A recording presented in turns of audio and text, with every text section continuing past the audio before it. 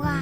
Non, c'est moi la voix. Non, c'est moi la voix. Nous sommes la voix. Nous sommes tous la voix des sans-voix.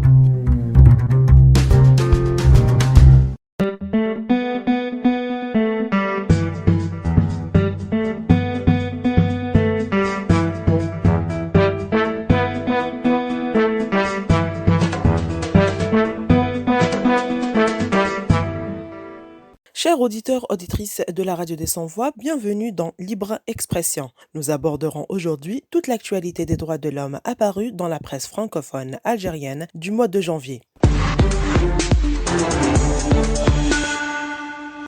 Nous débuterons notre revue par un article du journal Al-Watan du 4 janvier 2020. Abdelghani Badi, avocat, les détenus avaient été arrêtés sur instruction, ils sont sortis de prison après des instructions. Plusieurs détenus du mouvement populaire, 76 selon l'EPTV, dans une de ces figures, le commandant de la wilaya 4 historique L'Akhdar Bourga, 86 ans, a été libéré jeudi. D'après Abdelghani Badi, les détenus avaient été arrêtés sur instruction, ils sont sortis de prison après des instructions. Cette situation infligeante nous permet d'affirmer que les institutions telles qu'elles fonctionnent actuellement n'offrent pas toutes les garanties pour respecter les libertés des citoyens et l'état de droit.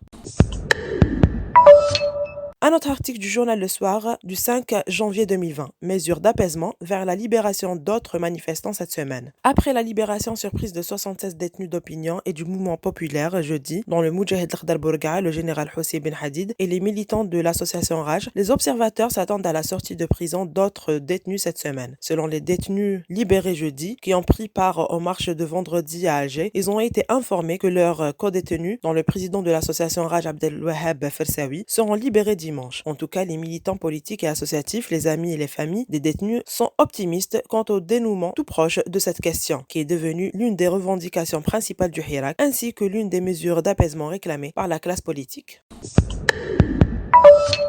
Un autre article du journal Le Soir du 8 janvier 2020. Détenus du Hirak, plusieurs activistes libérés. Plusieurs détenus du mouvement populaire ont été différés hier devant le tribunal de plusieurs wilayas du pays. Le militant des droits de l'homme, Qaddour Chouicha, et l'activiste Abdelkerim Zerilesh ont été remis en liberté provisoire respectivement par les tribunaux d'Oran et de Constantine. À Msila, où s'est déroulé le procès des porteurs de drapeaux amazigh, le tribunal a relaxé Farah Riles, Mourani Rabah et Eleifa Assil Abdelhafid, selon toujours le Comité national pour la libération des détenus. Au niveau du tribunal de Bourj Bouaririj, l'activiste Brahim Lalami a été auditionné par le juge d'instruction et la défense a présenté une demande de liberté provisoire pour le détenu.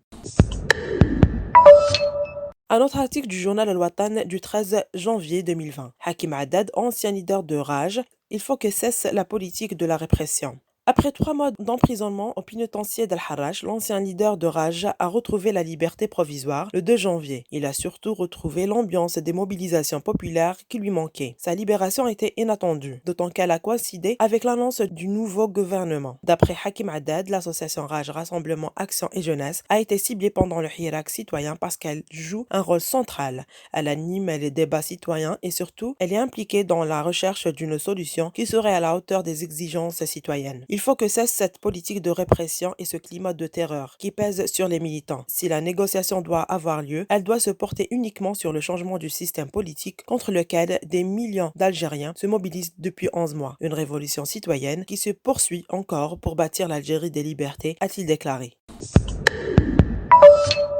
Un autre article du journal Le Quotidien d'Oran du 16 janvier 2020. Droits de l'homme, Human Rights Watch fait le bilan de l'année 2019 en Algérie. Dans son rapport annuel sur l'Algérie, l'ONG américaine Human Rights Watch fait le bilan de l'année 2019 marqué par des manifestations antigouvernementales les plus généralisées et les plus persistantes que le pays ait connues depuis son indépendance. Le document publié sur le site web de l'ONG rappelle que depuis le 22 février, les Algériens ont descendu en masse dans les rues tous les vendredis à Alger et dans d'autres villes. Tout d'abord pour protester contre la tentative de leur président Abdelaziz Bouteflika d'obtenir un 5e mandat, puis pour réclamer une transition vers un mode de gouvernement plus démocratique. En réponse à la poursuite des manifestations, les autorités ont dispersé les manifestants pacifiques, arrêté arbitrairement des participants, empêché la tenue des réunions prévues par des organisations politiques ou de défense des droits humains et emprisonné des détracteurs du gouvernement, indique Human Rights Watch. Le rapport rappelle également également la condamnation devant le tribunal militaire de Blida de Louisa Hannoun, était poursuivi aux côtés de Saïd Bouteflika, frère de l'ancien président, et du général Mohamed Tawfiq Medien, ancien chef du plus puissant service de renseignement algérien. Le document est également revenu sur l'inculpation de M. Salah Debbouz pour outrage à la magistrature et Kamel Din Fakhar, un activiste connu des droits de minorités mozambiques en Algérie, qui est mort le 22 mai au bout d'une longue grève de faim en prison.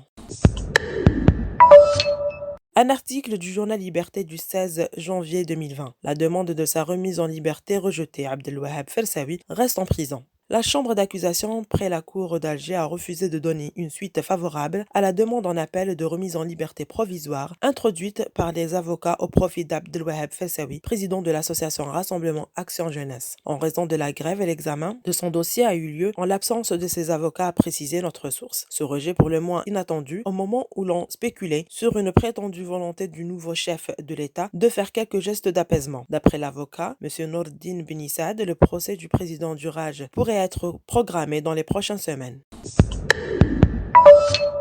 Un article du Reporter des aides du 19 janvier, Saïd Salhi, vice-président de la LADDH, à Reporter. Un processus de dialogue impose le respect de certaines normes. Nous avons recensé pas moins de 30 interpellations à Alger au cours de la journée de vendredi. La moitié des personnes interpellées a été placée en garde à vue en attendant leur présentation devant le procureur de la République. En plus des arrestations, des manifestants ont été intimidés dans les rues de la capitale. C'est la première fois depuis la tenue de l'élection présidentielle qu'on enregistre des arrestations de manifestants à Alger, a déclaré Saïd Salhi, vice-président de la LADDH. D'après lui, nous ne pouvons pas parler de dialogue avec le maintien des détenus en prison, la fermeture des routes les vendredis et la censure. Le pouvoir se contredit. D'une part, il plaide pour le dialogue et la concertation, et de l'autre, il gère le hirak avec une main de fer.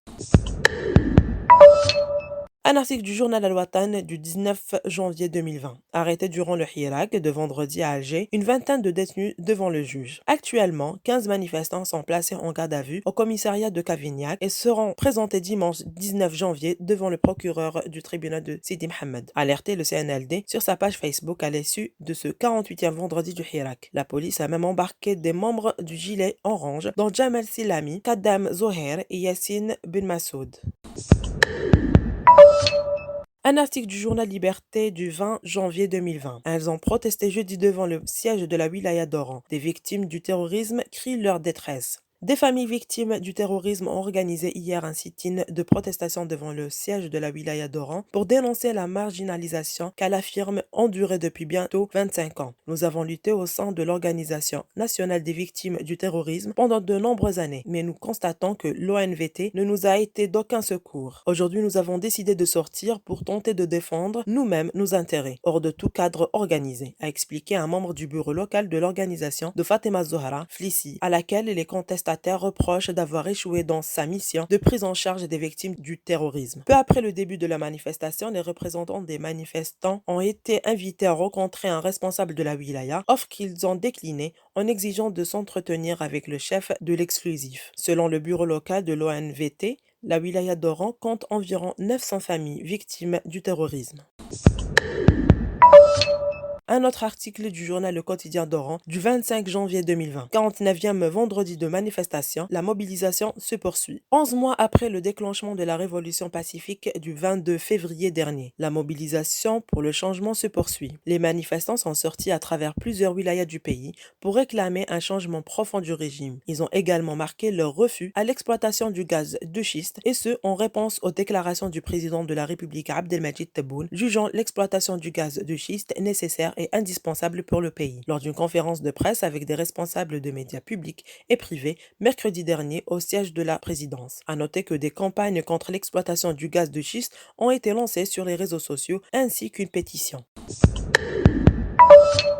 Un autre article du journal Al-Watan du 26 janvier 2020. Le mouvement a tenu ses assises hier à Alger. Le PAD tient à la transition démocratique. La coalition regroupée au sein du pacte de l'alternative démocratique, le PAD, tient viscéralement à son projet de transition démocratique. Les dirigeants de cette coalition l'ont fortement martelé lors des assises nationales pour l'alternative démocratique et la souveraineté populaire, obtenue dans un climat de recul des libertés. La rupture avec le système en place exige l'organisation d'une période de transition démocratique à même de satisfaire les aspirations légitimes du peuple algérien, soutient-il dans la résolution finale de leurs travaux. Les forces composant le pacte de l'alternative démocratique rejettent la démarche du chef de l'État, engageant des concertations avec la classe politique en vue de la révision de la Constitution. Et dans la perspective de remettre au cours de la bataille politique ce projet, les acteurs du PAD ont convenu de préparer une conférence nationale indépendante du système. Celle-ci rassemblera toutes les forces agissantes de la société qui s'engagent à concrétiser les exigences démocratiques exprimées par le peuple depuis le 22 février et qui refusent le coup de force du 12 décembre et le processus de restauration de l'autoritarisme ainsi que la politique de l'octroi imposée contre la volonté de la souveraineté populaire. Une conférence dont l'objectif est de définir les modalités, les règles et les échéances consensuelles de la transition et du processus constituant souverain. Un article du journal Al-Watan du 29 janvier 2020. Répression des manifestants malgré l'offre de dialogue de Tebboune, Human Rights Watch dénonce les incohérences du pouvoir. Dans un communiqué rendu public hier et repris par l'AFP, l'organisation souligne les incohérences du pouvoir qui, tout en faisant une offre de dialogue, continue d'arrêter arbitrairement des manifestants du Hirak et les poursuivre en justice. Au lieu de libérer tous ceux incarcérés pour avoir manifesté pacifiquement, les autorités continuent d'arrêter et d'emprisonner des gens qui militent pacifiquement, déplore Eric Goldstein, directeur exécutif Moyen-Orient et Afrique du Nord par intérim de l'ONG de défense des droits humains, cité dans son communiqué. Pour rappel, les forces de police continuent d'interpeller chaque vendredi des manifestants sans motif. Certains sont maintenus en garde à vue pendant 2 jours avant d'être présentés devant la justice qui les place sous contrôle judiciaire. Vendredi dernier, les forces de police se sont attaqués au carré des militants du RCD qui ont été violemment réprimés. Un article du journal Al-Watan du 30 janvier 2020. Elle dénonce l'oubli de cette question des disparus. Les familles des victimes veulent saisir Abdelmajid Tebboune. Les familles des victimes des disparitions forcées s'inquiètent. Elle affirme avoir constaté l'évacuation de cette question sensible de tous les débats et de toutes les propositions émanant des acteurs politiques et associatifs depuis le début du Hirak. Nous sommes invités à toutes les rencontres et nous faisons partie de toutes les initiatives de sortie de crise. Mais la question des disparus n'apparaît dans aucune des propositions. Ce n'est pas normal. C'est une question des droits de l'homme, affirme Hassan Farhati, membre de l'association SOS Disparus. Nous sommes en train de préparer une lettre à adresser au chef de l'État pour lui demander de prendre les mesures nécessaires pour faire connaître la vérité sur le sort des disparus. Des milliers de familles attendent toujours et n'arrivent pas à faire leur deuil, explique Smaïl Gharzoul, membre de SOS Disparus. C'était notre dernière lecture de la revue de presse de mois de janvier. Je vous remercie de nous avoir écoutés et je vous dis à bientôt pour une autre revue.